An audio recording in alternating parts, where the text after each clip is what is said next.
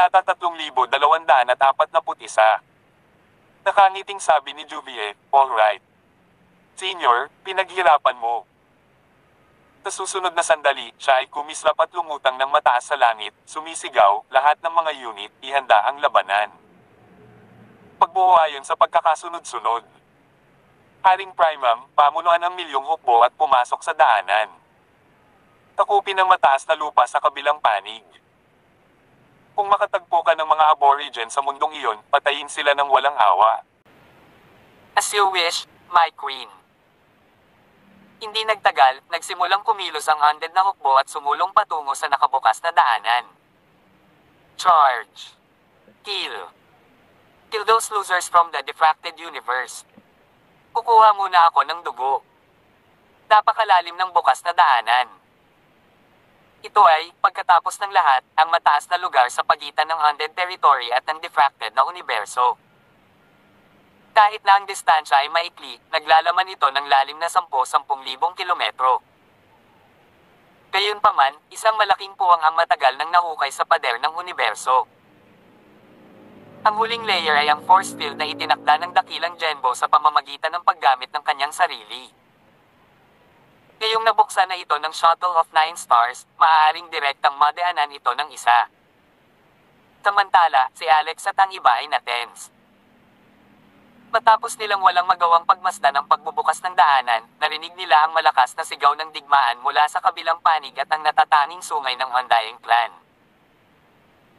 Nang marinig ang tunog, ang mga matandang geezers na nakaligtas sa sinaunang panahon ay napangiti dahil hindi sila estranghero sa sungay na ito.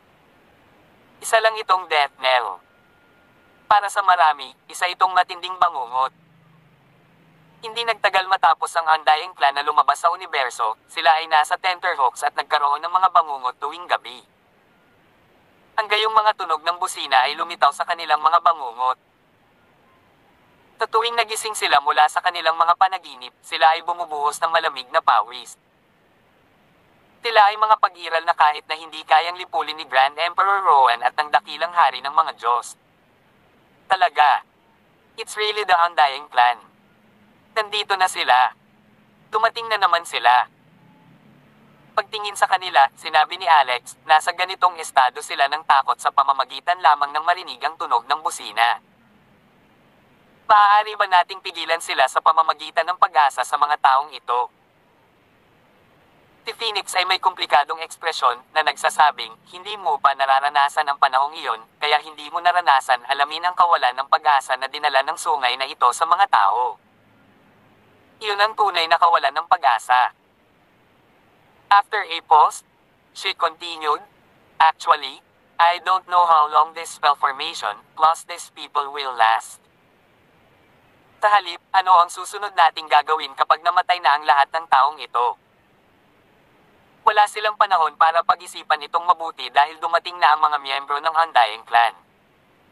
Roar. Ang unang lumabas ay si King Primam. Siya ay 10 metro ang taas na may 2 paa at 4 na kamay, may hawak na malaking sandata sa bawat kamay. Paglabas niya ay umungol siya at sumigaw. Noon ang Eastern Emperor, Northern Emperor, at ang iba pa ay naglunsad ng mga pag-atake sa kanya. Matagal na siyang patay matapos makatagpo ng napakalaking at siksik na pag-atake kung siya ay isang ordinaryong miyembro ng Undying Clan.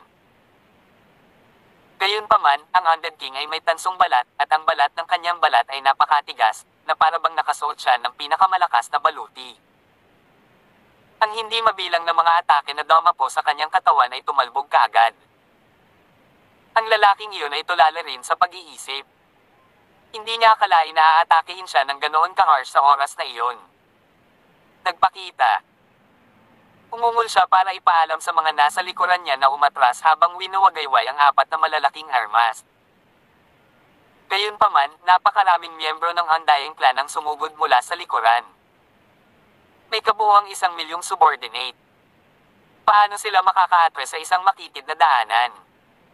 Wala silang paraan para umatras. Kaya naman, galit na galit si Haring Primam. Charge! Patayin mo ang daan palabas. Kabanata 3242. Kill. Hindi maitikaila ang lakas ng Undead King. Siya ay tinamaan ng daan-daang biglaang pag-atake ngayon na halos buong puwersa ng lahat. Lahat ng uri ng mahiwagang kayamanan at sandata ay namuo sa kanyang katawan, ngunit nauwi sa pagsusuka ng dugo at hindi namatay sa lugar. Talagang nakakabigla ang gayong pagtatanggol. Sa isang kisap mata, isang malaking halo ng mga miyembro ng Undying Clan ang sumugod kasama si King Primam. May mga aborigines mula sa Diffracted Universe. Patayin sila. Patayin ang lahat ng mga tahunan na ito. Ang Undying Clan ay napakalaban, lalo na nang makasagupa sila ng matinding pag-atake ng mga magsasaka ng universo, at ang kanilang hari ay nasugatan pagkatapos tumawid sa hangganan.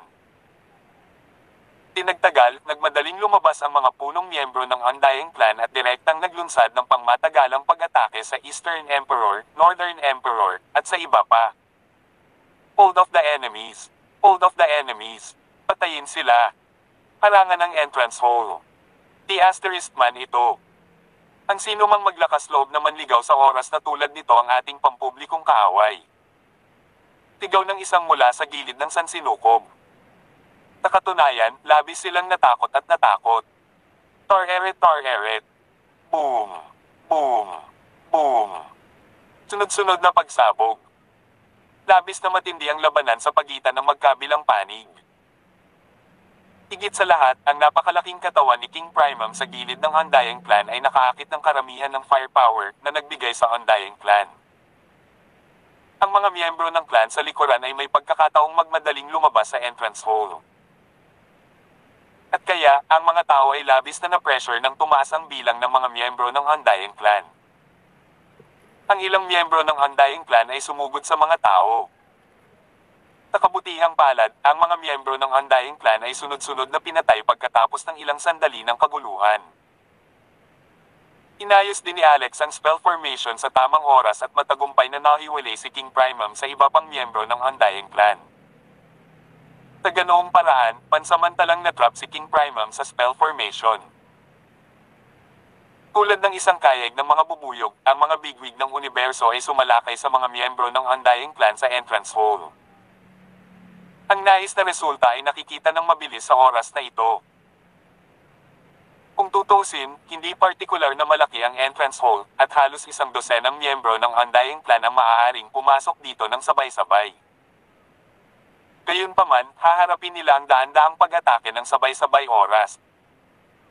Ang mga miyembro ng Undying Clan na ito ay hindi mga powerhouse tulad ng hari, kaya ang lupa ay mabilis na napuno ng mga bangkay. Tikip ang entrance hole. Galit na umungol si Haring Primam. Sino ang Undead King na may napakataas na cultivation at malakas na combat power, ngunit ngayon, siya ay nakulong at hindi kumikilos sa isang spell formation.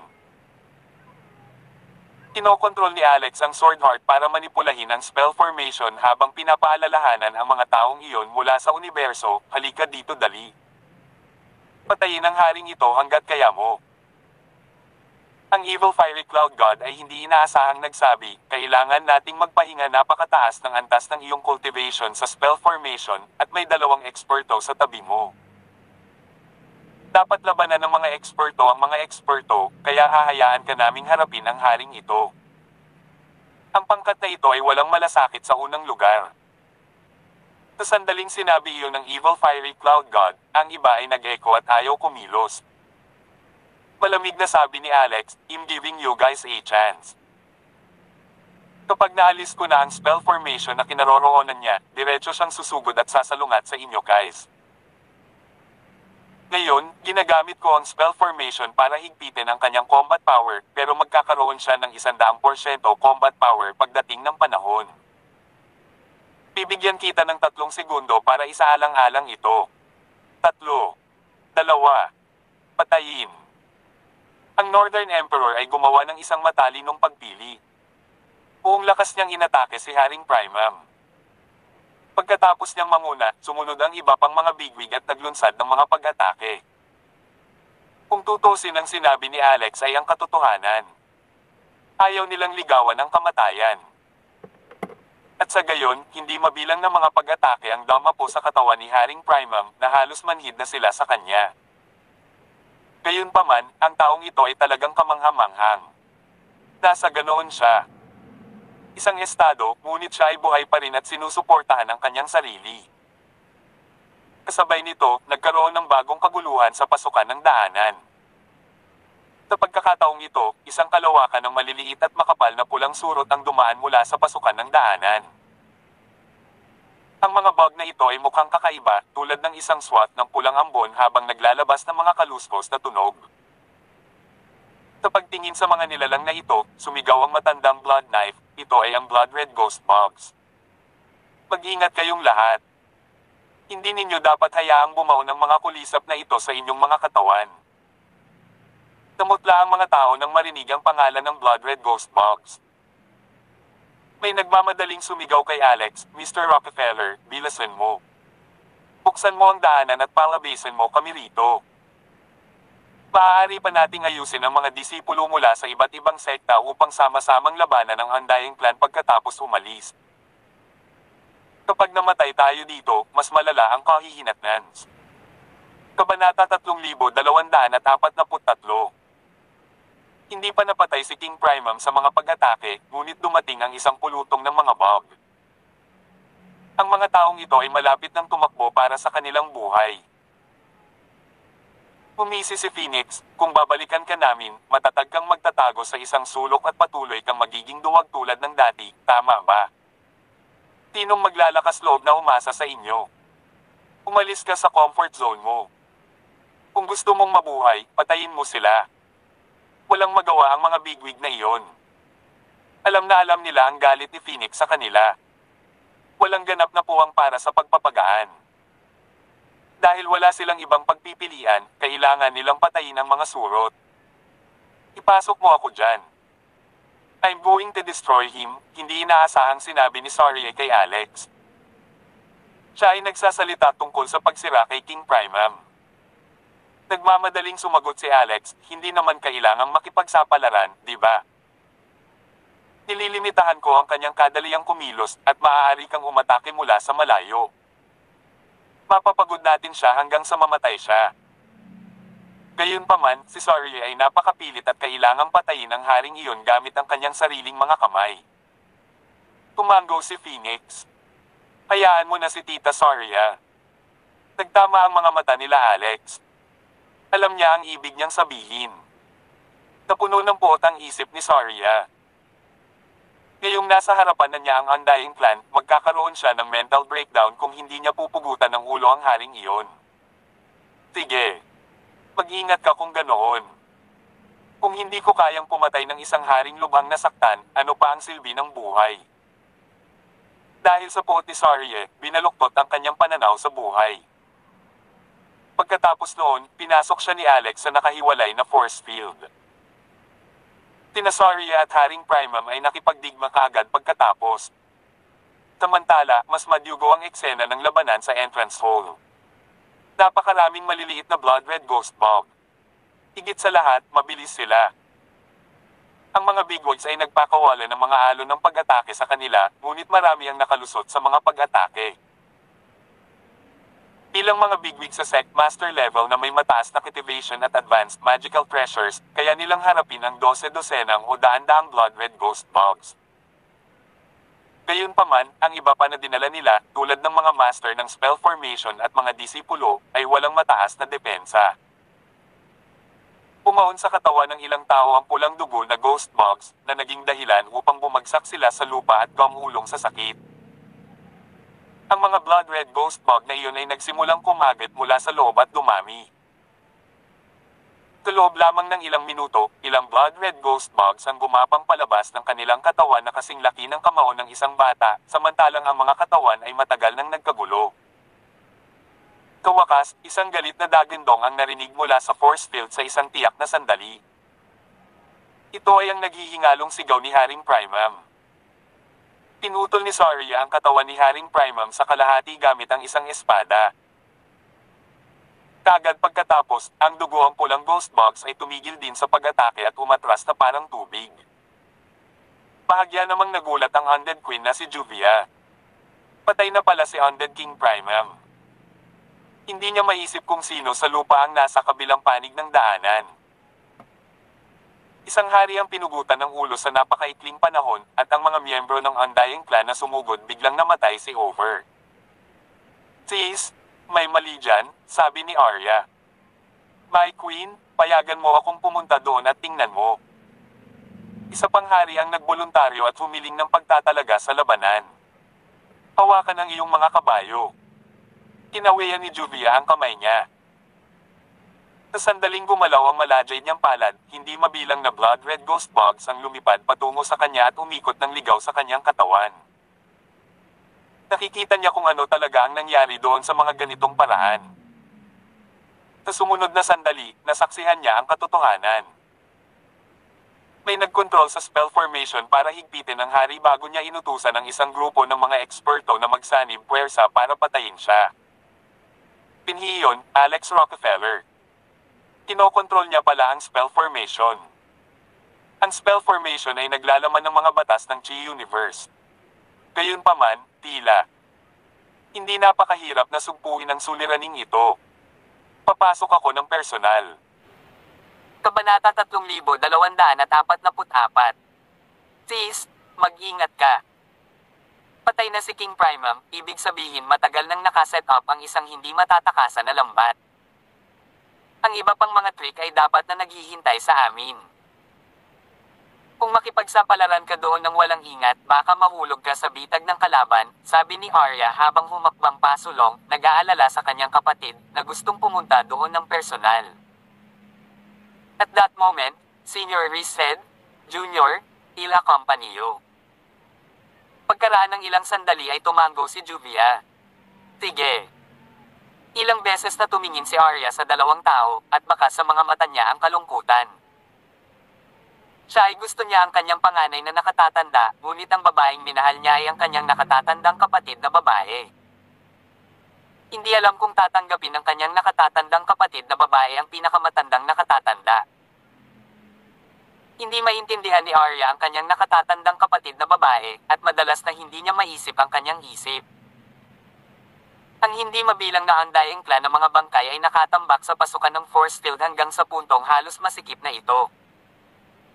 Matapos umatras ang blood red ghost bugs, ang entrance hall ay naging sobrang tahimik. Umalis na ang ghost bugs. Umatras na rin ba ang Undying Clan? May maingat na sabi. Ito ang pinakamaasahan na sitwasyon sa kanyang isipan dahil sa simula pa lamang, ngunit maraming tao sa panig ng Sansinukob ang namatay. Bukod dito, ang kanilang pagkamatay ay lubhang kalhunos-lunos. Siguro. Baka kung ganoon. May nag-echo. Sabi ni Alex, guys, you better patch yourselves up and replenish a bit of your chi. Kung hindi, mauubusan kayo ng lakas kapag dumating ang malaking bilang ng Undying Clan members. Ang Evil Fiery Cloud God at ang iba pa ay nagalit. Alex Rockefeller, what do you mean? Gusto mo bang mag-away tayo hanggang kamatayan dito? Tinabi ng matandang blood knife, tama. Kami ay nakulong dito sa pamamagitan ng iyong spell formation at pinilit na lumaban sa Undying Clan, ngunit kung tayo ay mamamatay sa anumang kaso, kung gayon bakit kailangan nating ipaglaban ang ating buhay dito? Mamamatay tayo kahit papano. Ano ang pagkakaiba ng maagang namamatay at huli na namamatay? Dapat lang nating hayaan ang Undying Clan na dumating. It was really a very pragmatic issue. Kung tutusin, hindi masyadong inisip ni Alex ang tungkol dito dahil ang Undying Clan ay biglang dumating sa pagkakataong ito. 3 days. Iniunat ni Alex ang 3 daliri. Kung kaya mo pang tumagal ng 3 araw, pakakawala na kita. Tinixas him via telepathy, Alex, may naisip ka bang solusyon? Bakit 3 araw? Nakangiting mapait, lihim na sumagot si Alex sa pamamagitan ng telepathy, paano ako magkakaroon ng solusyon? Delay lang ng 3 araw. Hindi ba tayo natatakot na magwelga sila? Gayunpaman, noon pa man ay may lumabas na familiar voice mula sa entrance hall. 3 araw. Ikaw ay impulsive talaga. Sa tingin mo kaya mong pigilan ang Undying Clan ko sa loob ng 3 araw kasama ang iilang taong ito? Isa lang itong pipe dream.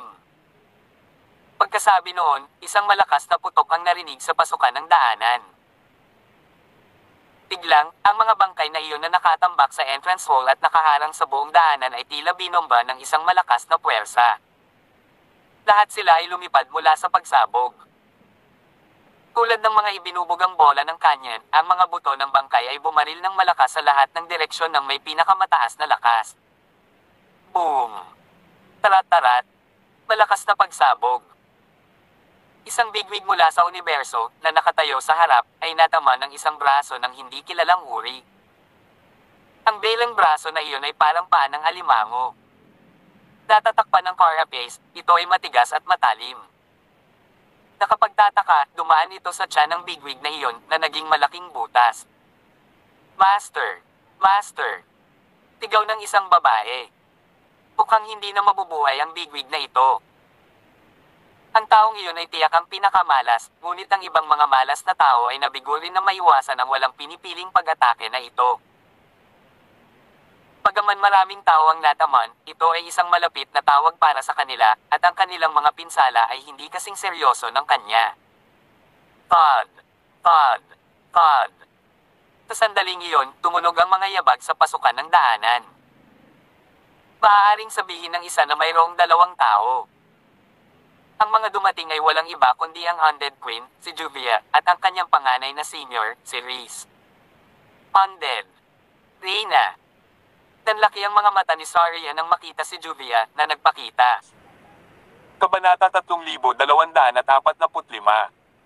Nakita na niya ang babaeng ito dati. Ito ay lumitaw ng napakalinaw sa kanyang alaala, nakasuot ng dark purple battle armor na may puting balabal, nasa likod niya ang kanyang buhok na 1.5 metro ang haba. Umaalon-alon ang kanyang dibdib sa kanyang mga yabag, ngunit ang kanyang taas. Maikli pala. Kahit na may suot siyang sapatos, masasabing wala pang 1.7 metro ang taas niya. Higit sa lahat, ang kanyang mukha ay parang isang teenager na babae. Hindi.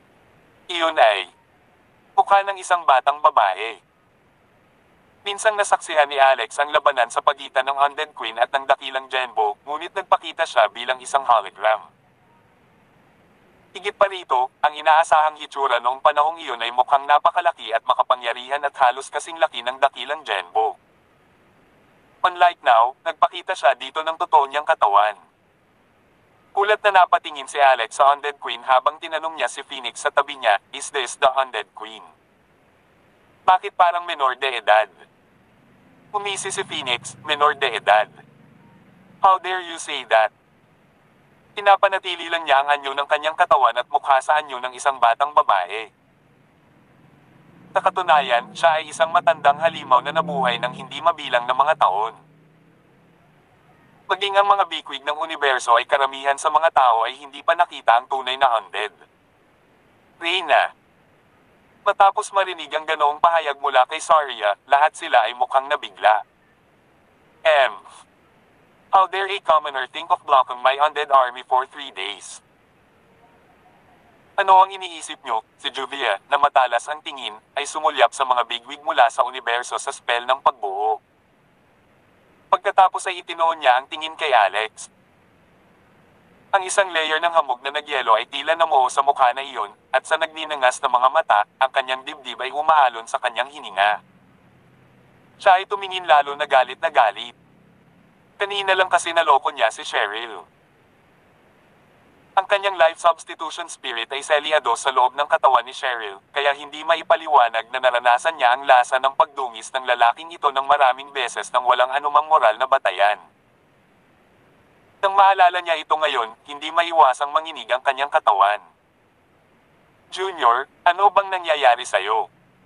Naramdaman ni Riz na medyo abnormal ang excitement ni Juvia. Kasunod ng kanyang tingin, ang linya ng kanyang paningin ay dumapo din kay Alex. Siya ay isang napaka-ordinaryong tao sa isang sulyap. Ang kanyang paglilinang ay mas mababa pa doon grupo ng mga matandang geezers na nakatayo sa unahan. Paano maaaring magkaroon ng matinding awayan sa pagitan ng lalaking ito at ng isang pag-iral na tulad ng kanyang junior? Siya ay hindi kwalipikado. Dahil dito, isang bakas ng gulat ang hindi maipaliwanag na lumitaw sa mga mata ni Juvia matapos marinig ang kanyang tanong. Iyon ay mas kakaiba. Wala akong pakialam kung sino ka o kung anong conflict nyo ng junior ko. Ako, Reese, papatayin kita. Ngayon. Sa parehong oras, sina Saria at Phoenix ay may same time na ekspresyon sa kanilang mga mukha. Sa kanilang pagtataka, ang Undead Queen ay nagpakita ng napakabilis. Iyon ay isang pag-iral na kahit ang tunay na langit. Nabigo ang mga emperador tulad ni na Grand Emperor Rowan at Sis Phoenix na ibagsak. Ang mga taong iyon lang kaya ang makakapigil sa kanya. Kasalukuyan, ang Undead Queen ay kumaway sa mga sect master level bigwigs mula sa universo at nagtanong, may balak ba kayong gumawa ng isang kaaway sa akin? Pagkalipas ng 2 segundo, may direktang lumuhad at sumuko sa kanya. Mag-ingat. Isa itong panghihimasok sa pag-iisip. May sumigaw at nag-activate ng cultivation techniques upang labanan ito ng sabay-sabay, ngunit parami ng parami ang mga taong lumuhad sa lupa sa paglipas ng panahon. Matapos huminga ng malalim, sumigaw si Saria, "Wake up!" Nagpakawala pa siya ng panghihimasok sa pag-iisip na nagambala kay Juvia. Gayunpaman, si Saria ay medyo mahina kaysa kay Juvia. Ang kanyang panghihimasok sa pag-iisip ay nagawa lamang na palayain ng ilang tao. Ngunit sa sumunod na sandali, pinitik ng Undead Queen ang kanyang mga daliri at mahinang sinabi, ang mga sumusunod sa akin ay mabuhay, at ang mga sumusuway sa akin ay mamamatay. Aking mga mandirigma, ano pa ang hinihintay ninyo? Tumayo ka at patayin mo sila. Whoosh! Biglang tumayo ang mga nakaluhod sa lupa dahil sa interference ng pag-iisip. Ang kanilang mga mata ay kumikinang sa isang abnormal na itim na ilaw bago sila naglunsad ng pag-atake sa mga tao na hindi kontrolado sa kanilang paligid. Kabanata 3246. Ito ay mind control. There's the Undead Queen's mind control. Ang mga tao sa sansinukob na kakabalik kamay ay agad na natigilan. Iilan ang namatay sa lugar, at marami ang malubhang nasugatan. May umuungal. Ang kontrol ng isip ng Undead Queen ay napakatanyag mula pa noong sinaunang panahon. Ang lahat ay kasalukuyang namumutla at hindi nang ahas na isipin ang mga kahihinatnan nang makita ang isang bagay na mukhang pangkukulam. Noon nagmula ang pag-awit ng Buddhist na kanta mula sa pagbuo ng spell. Ito ay ang Buddhist na kanta na pinakawala ni Alex.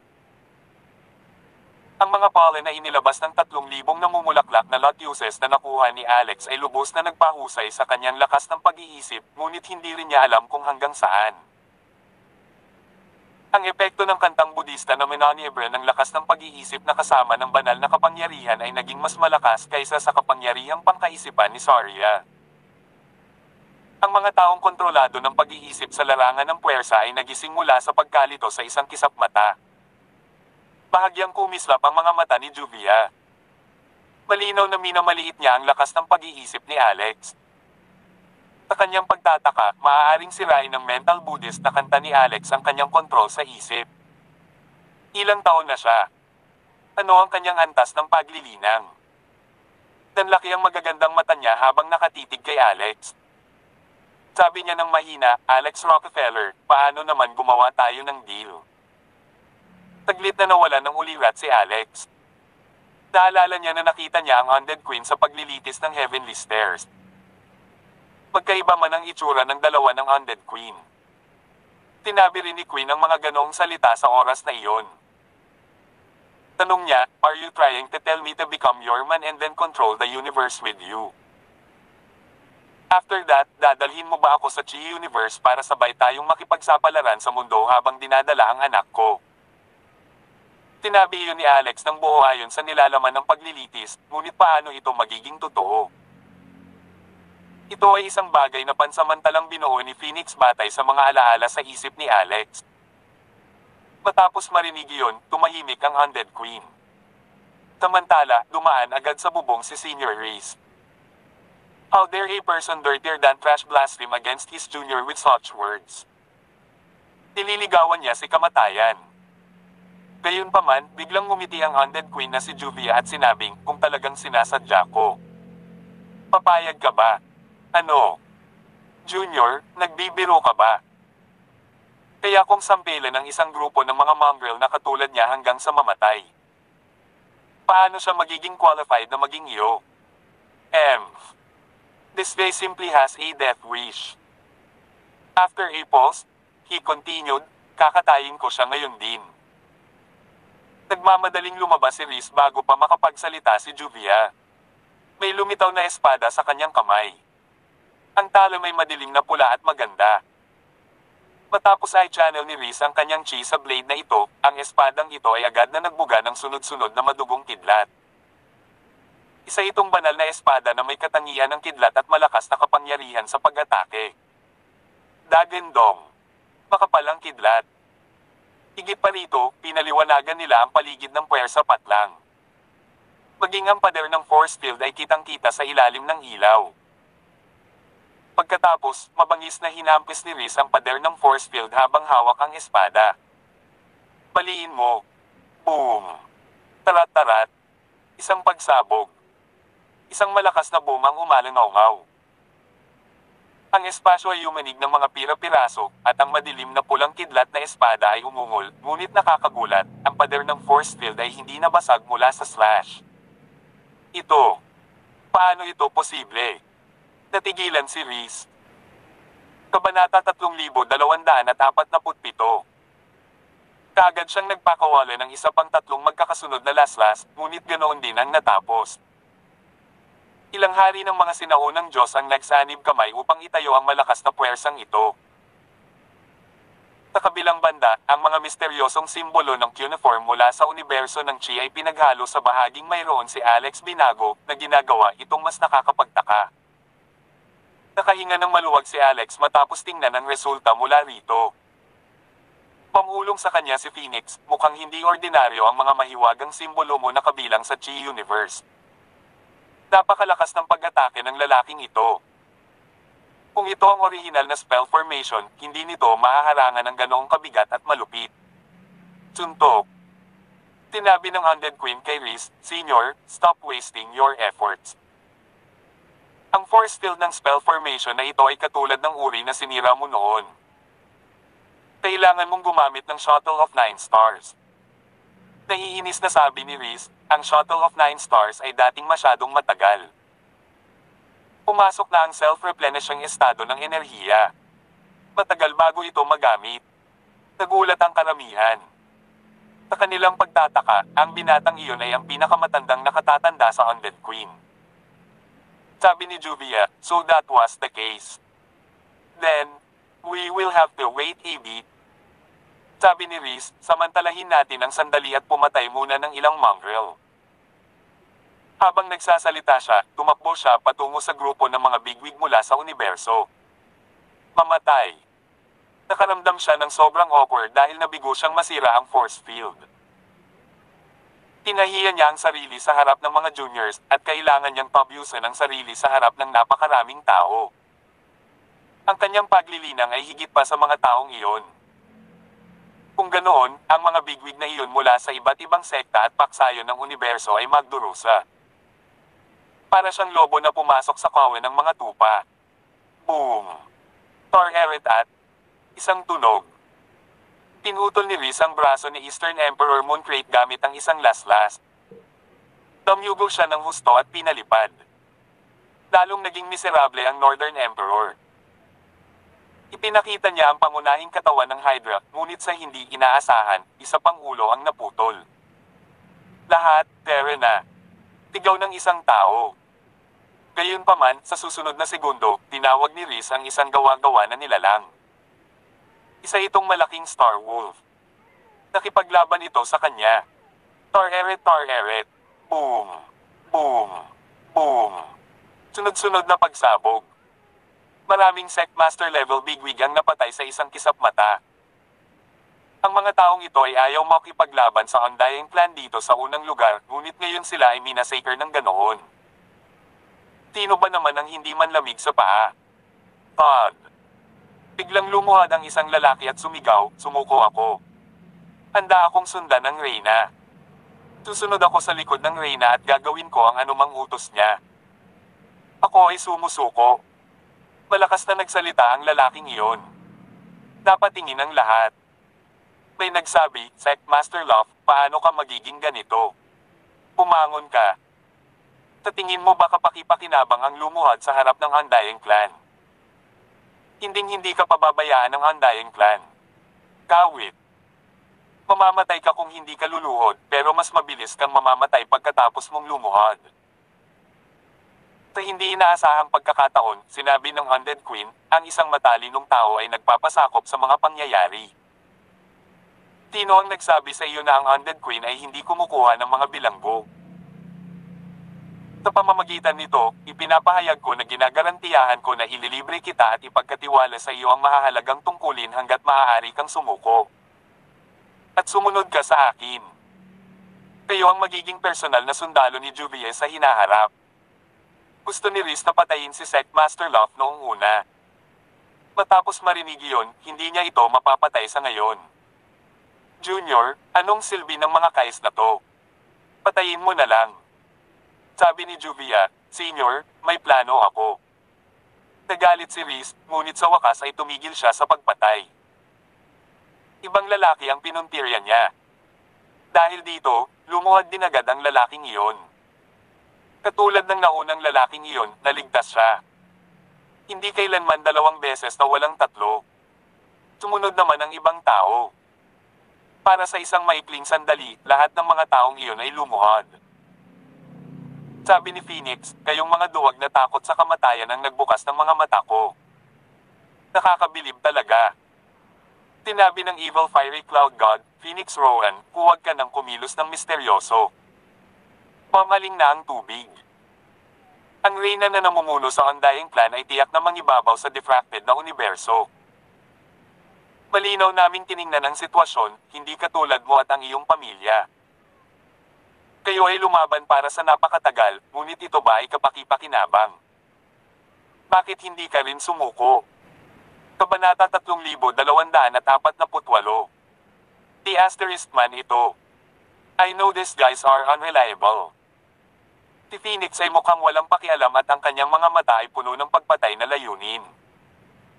Hindi siya kailanman nagtiwala sa mga taong ito. Ganon din sa huli. Tawa ng tawa si Juvia. Mahusay, mahusay, mahusay. Ang isang matalinong tao ay nagpapasakop sa mga pangyayari. Kayo ay nangangako sa mga tao. Kung susundin mo ako, Juvia, magiging maliwanag at maganda ang iyong kinabukasan. Ngayon, makikipagkamay kayo sa akin at sisirain ang force field dito. Maaari bang sabihin sa akin ng sino man sa inyo kung saan ang depekto ng force field na ito? O, paano ka makakaalis sa force field na ito? Walang sumagot sa kanya. Tinabi ng matandang Blood Knife, aking reyna, hindi rin namin alam kung paano lalabas. Bakit kami magiging nakulong dito kung alam natin? Matagal na sana kaming tumakas sa labas. Sabi ni Juvia, kung ganoon, nakulong kayo sa force field at pinilit na maging kanyan kumpe para sa Undying Clan. Umisi ang matandang Blood Knife, ngunit ito talaga ang katotohanan. Ang daming tahunan. Malamig na ngumuso si Riz. In the end, you still have to rely on me to break the force field.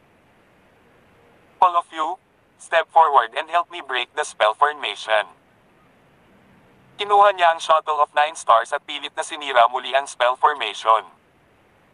Malakas ang Shuttle of 9 Stars. Ang malaking drill sa harap nito ay umikot ng napakabilis, at siyang tila nagniningning ang mga bituin sa likuran. Agad na yumanig ang force field na itinakda ni Alex. Ang mga batas ay sinisira, at ang mahiwagang mga simbolo ng cuneiform ay nagiging mapurol din. Ano ang makapangyarihang bagay na iyon? Walang ideya, ngunit sa paghusga sa ganoong uri ng kapangyarihan, hindi ito maaaring maging isang mahiwagang kayamanan mula sa diffracted na universo. Marahil ito ay mula sa mas advanced na Chi Universe. Tugot ni Phoenix. Sinabi ni Saria, sa paghusga mula sa sitwasyong ito, ang ating force field ay masisira ng hindi magtatagal. Papasok sila sa loob ng kalahating araw. Sabi ni Phoenix, ang Evil Fiery Cloud God at ang mga taong iyon ay may malalim na pinag-ugatan na relasyon sa universo, at pamilyar sila sa universo. Malaking banta na sila ay tumalikod na ngayon sa Undying Clan at tumalikod sa atin. Alex, may naiisip ka bang paraan para patayin yung mga taong may spell formation? Susubukan ko. Nakontrol agad ni Alex ang spell formation. Boom! Tarat-tarat. Isang tunog. Nagsimulang mag-compress ang spell formation. Tinubukan niyang paliitin ang spell formation tulad ng dati. Pagkatapos, tatatakan niya ang Undead Queen at ang iba sa loob sa isang iglap. Gayunpaman, sa sumunod na segundo, inilapat ni Juvia ang kanyang lakas at hinampas ang lumiliit na force field na naging sanhi ng pagyanig nito. Pagulong. Tinabi niya kay Alex Rockefeller, dahil hindi mo tatanggapin ang aking imbitasyon, papatayin na lang kita, ang binhi ng ang kalawakan. Kahit gaano pa kalakas ang kakayahan mo sa spell formation, hindi mo ako mapipigilan. Tumayo siya sa harap ng pader ng force field. Pagkatapos niyang bahagyang idiin ang kamay dito at i-activate ang Supreme Cultivation Technique, ang liwanag ng bahaghari ay lumabas mula sa kanya. Kamay. Ang pader ng force field na iyon ay hindi inaasahang itinulak na parang transparent na layer ng laman. Itinulak ito pasulong, medyo lumalapit kay Alex. Ano? Nagulat si Alex. Nakakatakot talaga ang lakas ng babaeng ito. Nagmamadaling umatras sina Alex, Phoenix, at Saria. Inampis niya ang isang serye ng mga handsil at mas idiniin sa kanila ang mga cuneiform. Nakalaunan, huminto ang Undead Queen 1 metro ang layo mula kay Alex at hindi na makasulong pa. Nakahinga ng maluwag si Alex. Nakasalukuyang distansya sa pagitan niya at ng Undead Queen, kitang-kita niya ang mga facial features nito at mabilang pa ang dami ng pilikmata na taglay niya. Pagtingin sa Undead Queen, sinabi niya, "Queen, how about we make a deal?" Sabi ni Juvia, "Sabihin mo sa akin ang tungkol dito." Sabi ni Alex, "May sakit ka." "Ano ang sinabi mo?" Agad na nagbago ang ekspresyon ni Juvia. "Totoo ang sinabi ko. May sakit ka talaga." Nanlamig ang mukha ni Juvia. "Alex Rockefeller, hindi ka ba natatakot na umaban pa ako? Sa katunayan, kaya ko siguradong masira itong crappy spell formation mo basta magbayad ako ng kaunti. Pagdating ng panahon, mahahanap ko lahat ng taong mahalaga sa iyo, tulad ng babaeng iyon, si Cheryl Coney. Papatayin ko siya sa sakit. Natatakot kang makitulog ako kay Cheryl, hindi ba? Nasiliwan ko na ang iyong life substitution spirit sa kanyang katawan. Hindi ko alam kung paano ka konektado sa life substitution spirit, ngunit mapapatunayan ko iyon. Mararamdaman mo ang nararamdaman ni Cheryl. Paano mo nalaman yon? Kabanata 3249. Nung sinabi yon ni Juvia, parang umamin din. Nung mga oras na yon, mababaliw na si Reese. Sa kanyang pagtataka, ang junior na mahal niya ay nagkaroon ng kakaibang relasyon kay Alex. Katumbas ito ng puwersahang dinungisan ni Alex sa ilang aspeto ng kamalayan at sensasyon. Isa pa, hindi niya ito maiwasan. Sabi ni Alex, "Hindi ko rin alam dati, pero alam ko na pagkatapos kitang makilala. Kaya, hindi mo papatayin si Cheryl." Iyon ay dahil ito ay katulad ng pagpatay sa iyong life substitution spirit. Sabi ko may sakit ka. Kasi may sakit ka talaga. May problema sa iyong cultivation technique. Masisira nito ang iyong 18 pambihirang meridian. Hindi ka magaling ngayon, ibig sabihin ay hindi ka kayang pagalingin ng iba. Pero kaya ko. Hindi na kailangan. Muli na namang nagpalakas ng lakas si Juvia, ngunit sa huli, sumulong na lang siya ng kalahating metro. Hindi na niya nagawang itulak pa. Napaka-advance ng cuneiform ni Alex, at hindi maraming tao sa Chi Universe ang makakabisado nito. Sa kabilang banda, si Juvia ay kabilang sa mga hindi makabisado nito. Paalala ni Phoenix kay Alex sa mahinang boses. Mag-ingat sa teleportation passage na kinokontrol ng Undying Clan. Ang lokasyon ng teleportation portal na iyon ay hindi kalayuan sa Earth. Noong isang malaking scale Undying Clan na sakupin ang mundo ay tapos na. Boom! Tarat-tarat malakas na pagsabog. Sa sandaling iyon, nag-drill si Reese ng isang butas sa labas ng force field. Nagalit siya. Dahil dito, Todo-todo siya at nanumpa na papatayin niya si Alex, kaya ang schedule ay tumaas din ng kalahating araw. Patayin, mabilis na sumugod si Reese sa bilis ng kidlat. Pilasan mo at umalis.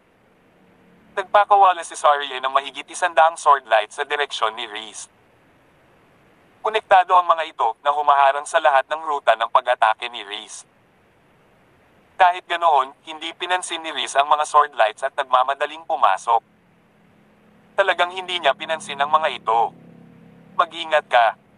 Paalala ni Phoenix. Noon ay gumawa ng isang napaka-indecent move si Alex. Nakatalikod kay Reese, yumuko siya at ginamit ang espada. Ang Great Fort Spell. Crap. Ang dalawang dilag na katabi ni Alex ay hindi pinaghandaan ng isip para doon. Nagulat sila nang umutot siya ng malakas kay Reese na sumusugod. Napakaingay nito. Parehong natatarantang tumingin sina Phoenix at Saria kay Alex. Nataranta, malamang naisip nila, bakit ka umutot ng napakalakas mag-isa? Halos mapatulala siya sa mga ito. Hindi lang iyon. Sa paglabas ng Great Fort Spell, nanginginig ang alien power ng mga batas sa himpapawid. Tinabayan ng umuusok na dilaw na usok, mabangis nitong sinunggaban si Reese at isang kakaibang amoy na maaaring masuffocate ang isang surfeit ng mga skunks hanggang sa mamatay. Blurg. Gustong samu ka agad ni Reese. Hindi, samu ka talaga siya. Siya ay nagmamadali ng napakabilis at hindi na makabalik sa nakaraan na nagresulta sa isang pag-atake ng napakabahong umutot. Parang baho na nagmumula sa kaibuturan ng kaluluwa at talagang mabaho ang ilong niya. Pagkatapos niyang bumagsak, sunod-sunod siyang samuka doon at pagkatapos. Nakakadiri talaga. Nakaramdam din ng pagkahilo sina Phoenix at Saria at parang kakaiba ang kanilang mga mata. Agad na hinayla ni Alex ang dalawang babae at sumugod sa kabilang side ng force field. Ang portal ng teleportasyon ay naroon. Swoosh! Tumanang 3 tao sa teleportation portal. Isinara ang teleportation portal kaagad. Samantala, sumigaw si Juvie sa entrance ng daanan. Attack! Kabanata 3250. Parami ng parami ang mga miyembro ng Hunting Clan na sumugod sa Genbu Dungeon. Hindi nagtagal ang spell formation na itinakda ni Alex sa karamihan. Nasira ang ilang mahahalagang bahagi matapos sirain ng Shuttle of 9 Stars. Pagkatapos nito, ang buong malaking spell formation ay nabawasan sa wala sa halos 2 oras. Peter Patter. Nagsimulang bumuhos ang ulan sa buong lihim na kaharian nang masira ang spell formation. Iyon ay ganoong uri ng bagyo, malakas na ulan. Nang makita ng Evil Fiery Cloud God, Blood Knighthold na lalaki, at ang iba pang bigwigs mula sa universo na tumalikod sa Undead Queen ang siksik ang mga miyembro ng Handayang Clan na sumugod, lahat sila ay nakaramdam ng pag-freeze ng kanilang dugo. Hindi ito tulad ng tumanggi silang labanan ng Handayang Clan. Kung tutuusin, ang universo ang kanilang tahanan. Gayunpaman, sila ay mamamatay kapag sila ay napunta sa ganoong paraan ng sitwasyon. Buong buhay nila ang nauna sa kanila. Lalo na, kapag ang mga taong iyon na ang antas ng paglilinang ay umabot sa kanilang estado ay magkakaroon ng mahabang buhay at pahalagahan ang kanilang buhay ng higit pa kaysa sa mga normal na tao. Alam mo ba kung saan nakatira ang umutot na basura kanina? Lumapit si Reese, na galit at tinanong ang Evil Fiery Cloud God at ang iba pa. Ang laso ng batas ng Great Fort Spell ay naging komportable at nasusuka pa rin siya ngayon. Ang matagal ng mabahong iyon ay tila sumalakay sa kanyang katawan at walang paraan upang maalis ito sa isang maikling oras. Labis ang pagkamuhi niya kay Alex. Pagkatapos ng isang paghinto, sinabi ng Evil Fiery Cloud God sa mundo ng Amerika. Agad namang sabi ni Reese, dalhin mo ako dyan. Nasira ang spell formation at naging undefended area ang Genbu Dungeon. Ang lugar na ito ay ang dulo ng walang katapusang dagat. Tinala ng Evil Fiery Cloud God at ng iba pa si Reese at ang Undead Queen kung saan sila pumasok dati, ngunit ang teleportation portal ay simple ay hindi umiral.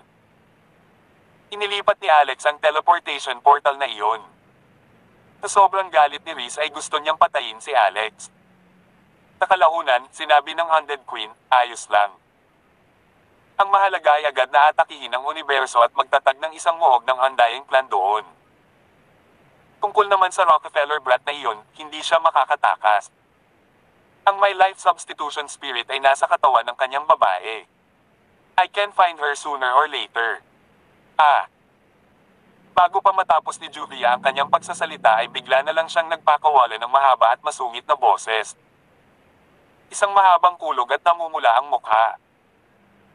Ang ganitong kakaibang ekspresyon at pag-uugali ay natural na naaakit ang atensyon ng mga taong gulat na gulat sa paligid niya. Mababaliw na si Juvie habang patuloy na minumura si Alex sa loob-loob. Naganap ang nakakahiyang eksenang ito dahil bigla niyang naramdaman na dinungisan ang kanyang life substitution spirit. Iyon ay kakaiba, kamangha-manghang, at kasiya siyang sensasyon. Tiniis niya ito ng matatag, ngunit gaano man siya kahirap magpigil sa ganoong bagay, may mga abnormal na ipapakita siya. The asterisk starred. Is doing that deal with that woman right after he escaped from this place. He must be intentional. Ang Undead Queen, si Juvia, ay may matigas na ekspresyon habang ang kanyang mga mata ay kalahating nakapikit. Humigting din ang katawan niya, Junior, pwede bang brat na yon? Tanong ni Reese, na natauhan, nang maalala niya ang pag-uusap ni na Alex at Juvia. Nang mga oras na iyon, ang buong mukha niya ay parang namumula. Whoosh! Direktang nag-teleport si Juvia palayo sa paningin ng lahat at nagtago. Masyadong kakilakilabot ang estadong ito. Hindi mali ang hula niya. Tinadya ito ni Alex. Siyempre, may isa pang mahalagang dahilan.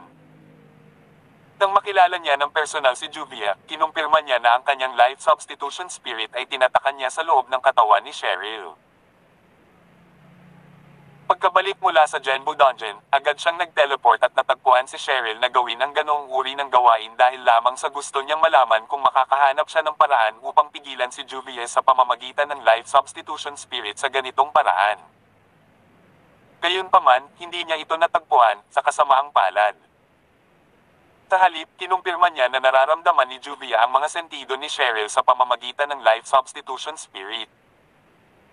Dahil iyon ang kaso, pinasiglan niya lamang ng husto ang katawan ni Cheryl. Sa kabilang banda, makakabawi siya ng interes mula kay Juvia. Nahihiyang tumingin sa kanya si Cheryl. Alex, anong problema mo? Ano ang ikinatuwa mo sa sikat ng araw? Ako ay nagsasaliksik ng isang paksa. Forget what they doing, keep on doing. Oh.